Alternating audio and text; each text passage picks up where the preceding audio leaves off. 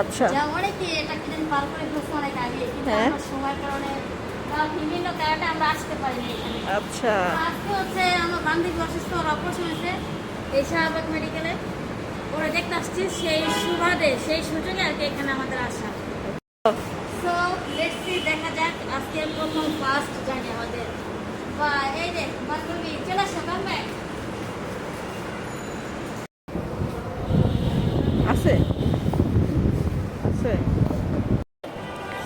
Sorry, আজকে কি বলবো, আজকে ফার্স্ট টাইম, আজকে নাকি টিকিট শেষ হয়ে গেছে আমাদের, আমরা আসলাম।